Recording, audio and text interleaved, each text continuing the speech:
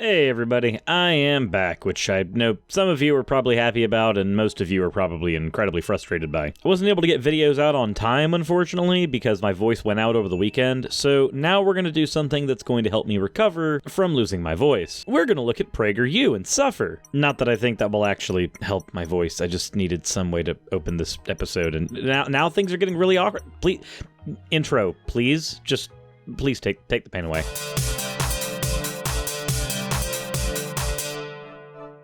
Alrighty, so let's go ahead and get into the fan art section before we actually get into the pain. First, we have my reaction to every PragerU video by Ghost-chan, a surprisingly well-endowed cat Suris from Grandma Tempo, and then an androgynous Suris by Jack and Quill. Thank you all for your submissions, and without further ado...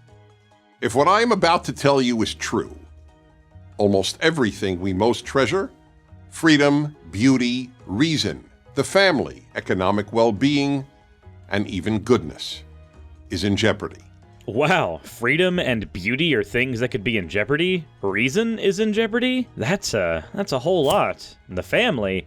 Oh no. And economic well-being, something that I don't think PragerU is actually generally in favor of. No, and goodness, that thing that PragerU has historically defined as requiring God, something that is at the very least undemonstrable, but they think all of these things are in jeopardy, so let's see why.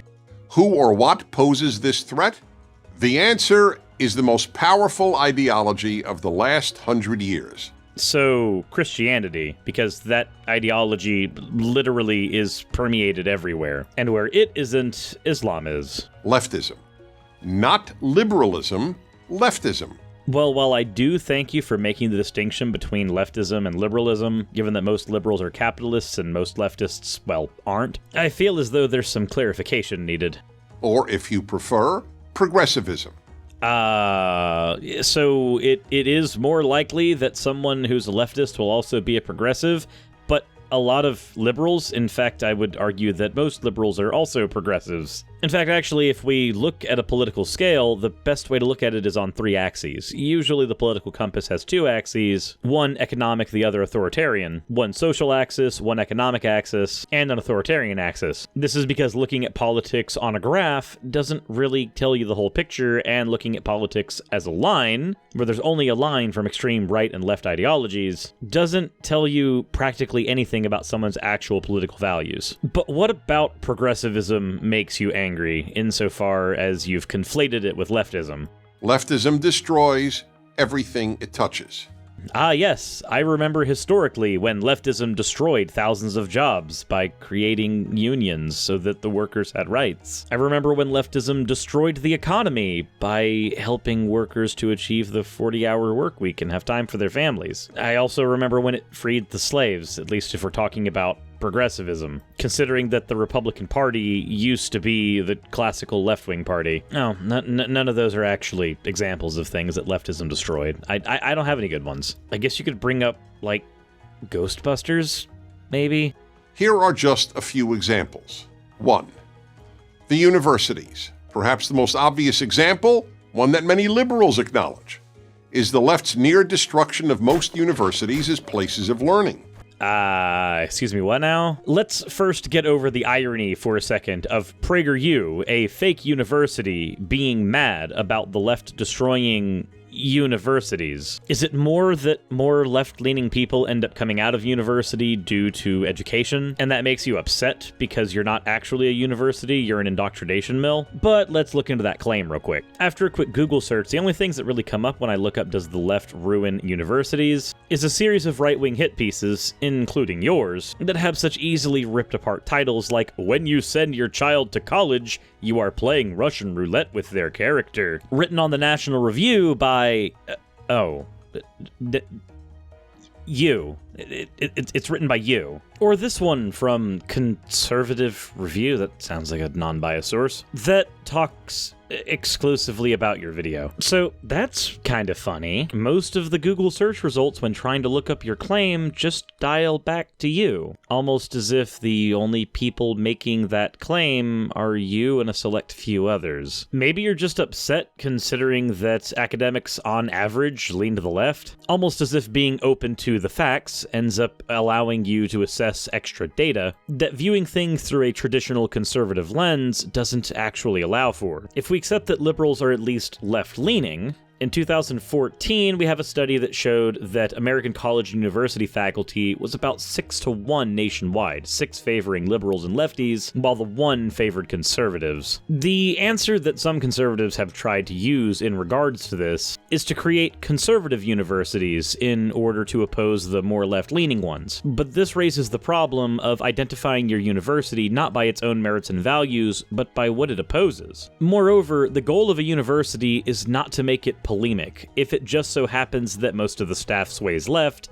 that sucks, at least if you're a conservative. But at the end of the day, facts don't really care about your feelings, and creating a more political, polarized university would be building an institution based on facts and reason on feelings. You don't like the left, so you build a right-wing university. Even though that university wasn't a left-wing university, it was just a university that happen to have more left-leaning staff. And it just so happens that more academics are also left-leaning, which would imply that in the hiring process, you would get more people who are left-leaning submitting applications, increasing the chance that you will have a more left-leaning staff. To create a conservative university, you would literally have to police the political beliefs of your staff, which goes against the entire purpose of having a place of learning. And paradoxically enough, it seems that people over at The Atlantic who are conservative has actually written about this in specifics, pointing out the awkward double bind of trying to create a place of learning while also trying to insulate it against other ideas that you don't like. And what is the amazing way that they've decided that you can actually solve this problem? By taking 2 of the virtues of a free and open learning environment and redefining them. Specifically, redefining freedom and openness. And the construction of these conservative universities would be to construct them in a way that mirrors religious universities, where opposition to right-wing ideology is treated in the same vein as opposition to the divinity of Christ. Which should tell you what any argument about the left destroying universities ultimately will lead to. A need to create an opposing university, and a need to structure that university in a way to insulate it from those ideas, which will essentially lead you to religious fundamentalism. And now that that rant's out of the way, let's continue.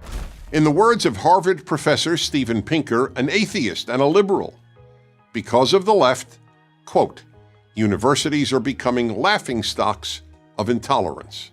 Okay, Steven Pinker's an interesting subject of conversation. So the actual quote was not that because of the left, universities are becoming laughingstocks of intolerance.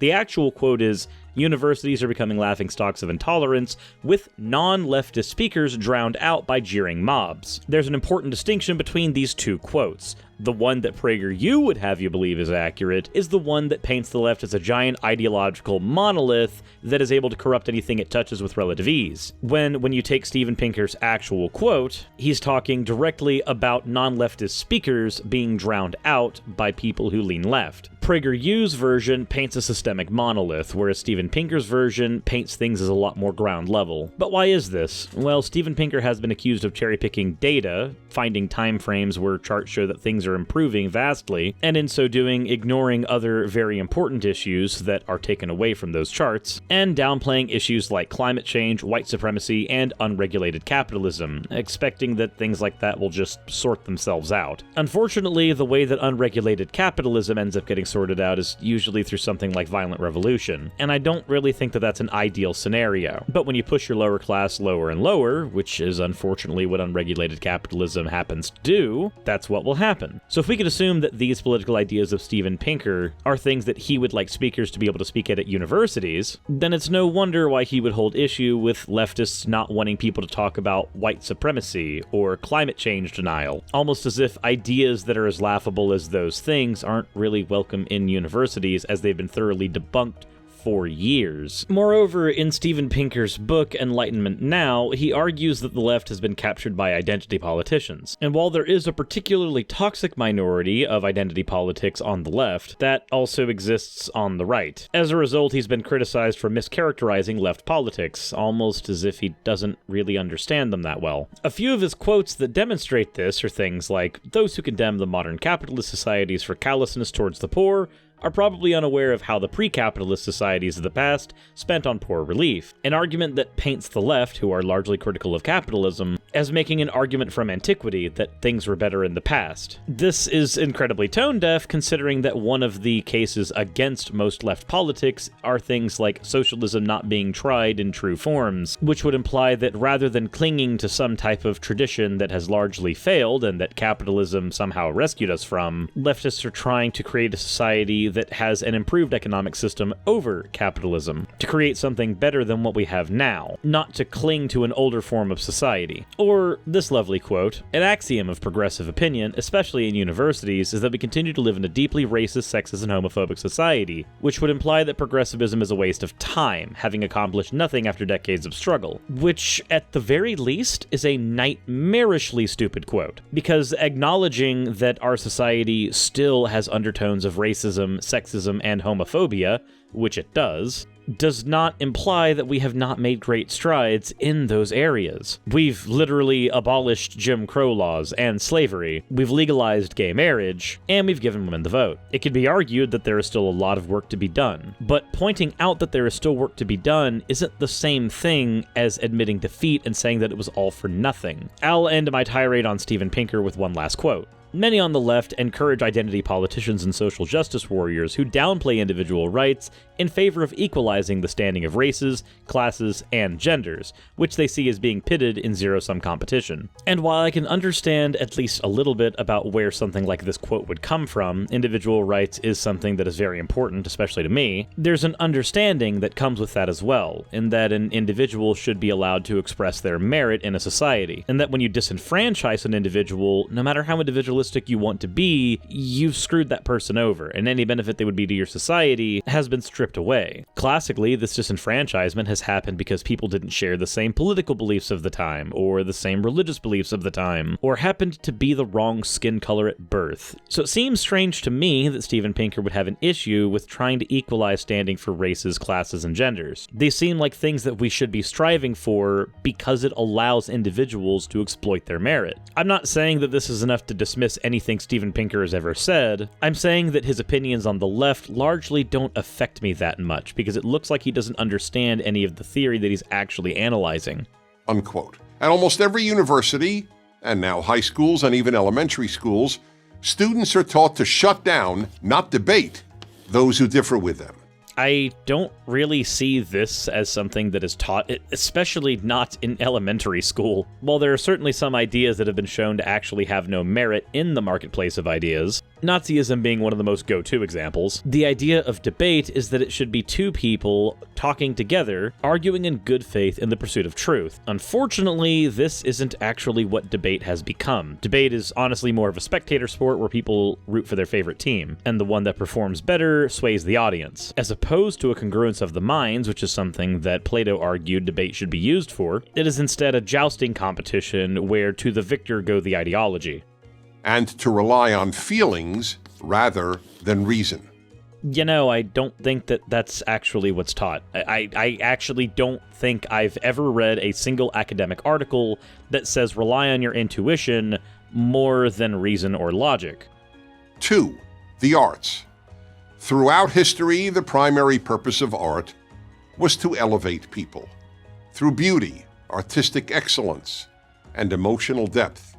To the left, the primary purpose of art, sculpture, and music is to shock. That's why so much contemporary art is meaningless and involves the scatological, meaning urine and feces. Yes, urine and feces. So, wait a minute. You are producing a video, ostensibly that can be considered art in some form. And your criticism of the left is that they use art to shock people. Put a pin in that for a second. And so you bring up an almost reductio level extreme version of something that a leftist artist might make in order to shock your predominantly conservative right-wing audience, whilst criticizing the left for going for shock value, even putting special emphasis on it because it gives you that shock value. Dennis, I'm not sure if you understand what it's like to be openly critical of yourself, self-reflect in any way, shape, or form. But if you did know what it's like to do that, then you should be experiencing deja vu right now. Alright, on to art as it expresses ideas. I disagree that art was used specifically to elevate people. Art serves multiple purposes. One is introspection, one is elevation, another can be enjoyment, and one that has been used to describe comedy as of late is to communicate complex political ideas in a fashion that's more consumable than something like standard academia. For instance, it's much easier to teach somebody that the environment is something that is worth sustaining and pollution is generally a bad thing through the lens of something like Captain Planet, rather than through the lens of an academic paper. The amount of your society that's going to be willing to ingest that idea in its academic form is much smaller than the amount that's willing to ingest that in its artistic form. So not only are you engaging in the exact type of shock value that you're criticizing your opponents of utilizing, you're also ignoring other things that art has classically depicted. To give one of countless examples, in 2016, the Guggenheim Museum in New York featured a pure gold working toilet, which visitors were invited to use. The name of the exhibit was America. Yeah, but when you try to say that art like this is not valid for any reason, or that the left has ruined art and this is the end result, you're essentially policing what is and isn't valid art. Moreover, if I see a piece of art like that, it would get me to think, well, why is it named America? Well, it's plated gold, and we generally have this idea in America that we're the best nation, something incredibly valuable to preserve, not unlike gold, but at the end of the day, we do still have a lot of shit to deal with, so making it a toilet and inviting people to shit in it makes sense. It also lets them realize that it doesn't matter that their toilet's made of gold. It still serves all the functions of a regular toilet. That could make them think further about issues like nationalism, and is America really so exceptional that we should exploit other nations in order to better ourselves? Again, a regular toilet would work just as fine. Why must ours be plated gold? These are ideas that come from critical analysis of art, such as a toilet that people can shit in. At best, the only criticism you can have of something like this is that it's icky. And yeah, it kind of is. That's also kind of the point. There are underlying truths in society that are icky, and they suck to deal with. And through an idealized lens, everything on Earth might look like it's plated in gold, until you look at the seat cover and realize that the plumbing down there isn't all that great, and we've still got a lot of shit to clean up. 3. Literature. The English department at the University of Pennsylvania replaced the portrait of the greatest English language writer who ever lived, William Shakespeare, with a picture of a black lesbian poet. Why? Because he was a white European male. Leftist professors have replaced the pursuit of excellence with the pursuit of diversity. And were there any other paintings of William Shakespeare there? I mean, I've actually been to colleges. They're usually around everywhere. They're not always just in one place. To argue that we have to celebrate Shakespeare is an argument from antiquity. You can celebrate current poets and voices, whilst also celebrating the ideas of the past. We don't have to exclusively celebrate those ideas. And last I checked, changing a single picture on a single wall does not destroy the literature departments of literally every university in the United States. You have a research team, Dennis Prager. You can come up with better examples than this. 4. Late-night television. In America, late-night television shows were completely apolitical. The hosts believed their role was to entertain viewers and offer them relief and laughter after a difficult day. No longer, you cannot watch late-night television if you just want to be entertained. Late-night TV is now left-night TV. Can you give any examples of this? I mean, you brought a really shitty one up earlier. Maybe an example of this would be good. A single one.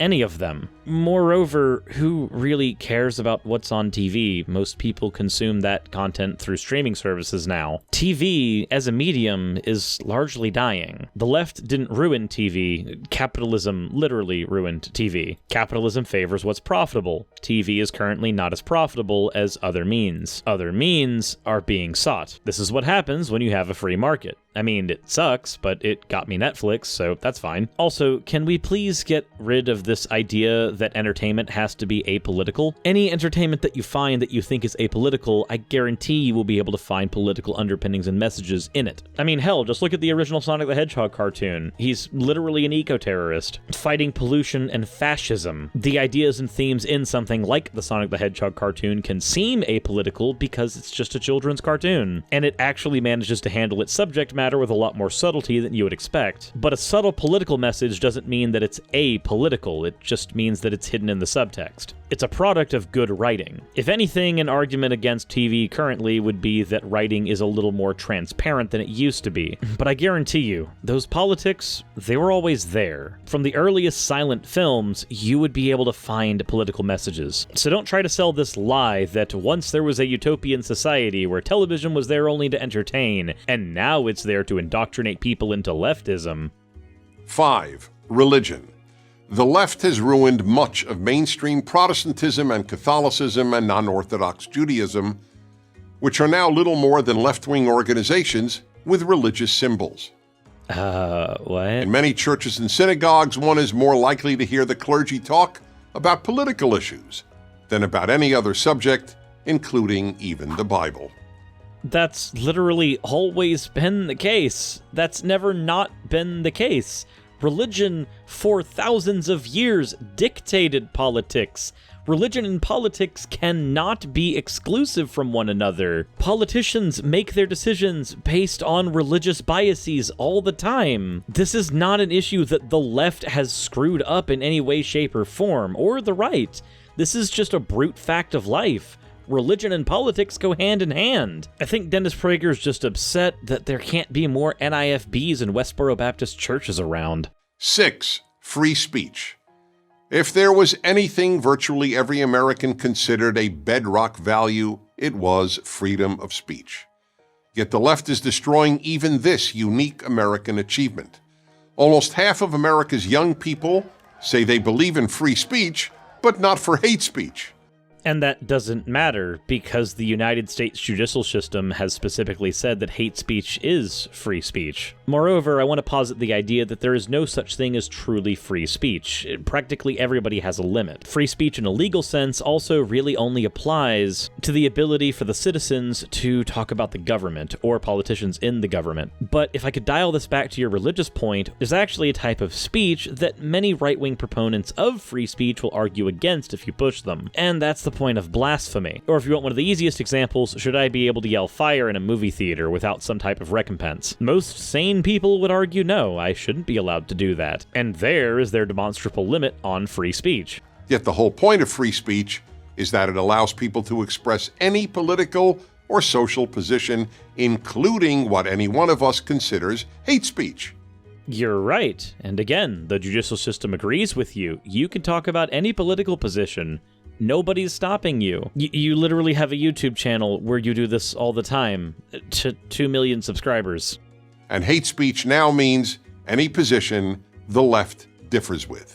No, it doesn't. Hate speech actually has a very specific definition. I quote, abusive or threatening speech or writing that expresses prejudice against a particular group, especially on the base of race, religion, or sexual orientation. Unfortunately, as a society, we failed to deal with the issue of marginalized people. There are religious minorities that have been persecuted, so we put them in protected categories to protect them from certain injustices. Arguing against these protected categories is considered hate speech. However, in the US at least, which is where you live, Denny Prager, it is still considered free speech. 7. Race.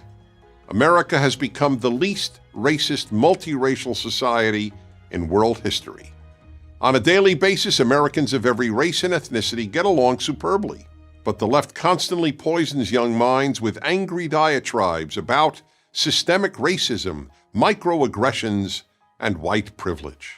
And I'm betting that you can't actually define any of those things. 8. The Boy Scouts. No, you just went to the next topic without defining any of those things. You just kind of dropped them in there so that people could nod along and go, yes, I too don't like those things, even though I can't define them myself, and you haven't defined them either. Microaggressions are common daily behavioral things that we do, whether intentional or not, that end up being derogatory or paint negative messages about a target person or stigmatized group. For instance, if I were to randomly make a joke about you, Dennis Prager, being Jewish and having lots of money and that being a problem, the fact that there even is a stereotype about Jews and money means that I'm engaging in a microaggression. And the position that you would logically take in this conversation is that you earned every penny that you own naturally. You earned it on your own merit, which would mean that there's something about this stigma that you are arguing against, which would mean that you don't like people engaging in microaggressions against you. I can get into the other issues in another video, but the point is I find it very telling that you just kind of dropped those in there without actually defining them. You just expected your sycophantic audience to nod along with you. The left is destroying the Boy Scouts. They're not even the Boy Scouts anymore, they're just the Scouts. The left forced them to admit girls. Yeah, considering that the only reason the Boy Scouts existed in its form was because it's from the LDS Church and is incredibly misogynistic in part due to being an offshoot of the LDS Church. At the end of the day, the Boy Scouts being able to introduce more people into their ranks that aren't just boys is a good thing. You're arguing against a good thing. You're saying that girls being introduced into the Scouts has ruined it, but you can't actually demonstrate why. You just plop that in there and hope that people who like Ben Shapiro will laugh at it. It's starting to seem like you began this video with some somewhat strong points that took a while to deconstruct, and now you're just kind of name-dropping shit and hoping desperately that your audience will just get the joke. Here's the thing about the left. It only destroys. It doesn't build. The Boy Scouts have helped shape tens of millions of boys into independent, strong, good men. So where's the left-wing version of the Boy Scouts? It doesn't exist. Ah, yes, the Boy Scouts, that organization that has nearly 8,000 of its leaders accused of sexual assault of children! And this is not just accusation, we have an exact number. We have identified 12,254 victims of sexual abuse from Boy Scout leaders in the Boy Scouts. So if I can use one of your arguments from before that the left has infiltrated religions, we can assume then that the Catholic Church must be a leftist organization? I mean, that's literally the argument that you made. So if you want an organization that's notorious for abusing young boys, and you're wondering where the left version of that is, I bring you the Catholic Church. And that's just using your own logic against you. That's using your arguments. And I know it puts you in a really awkward spot, but that sucks. Construct better arguments. There is none. 9. Male, female. In some ways, scariest of all, the left is committed to ending male and female as distinct categories. Children are increasingly raised not to think of themselves as a boy or a girl. Teachers are told not to refer to their students as boys or girls, just students. In New York City, parents do not have to check off male or female on their newborn's birth certificate. They can check off X. All this imposed gender confusion can only end up producing confused people and a confused society.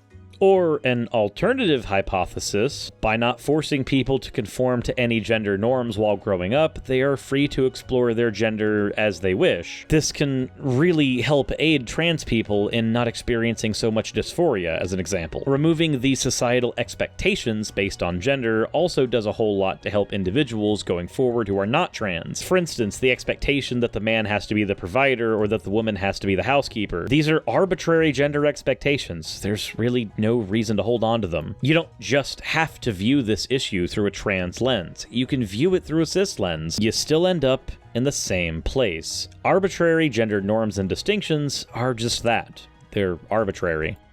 So why does the left engage in so much destruction? Because it thinks America is essentially a bad country. But America is only bad compared to utopia. And the left is utopian.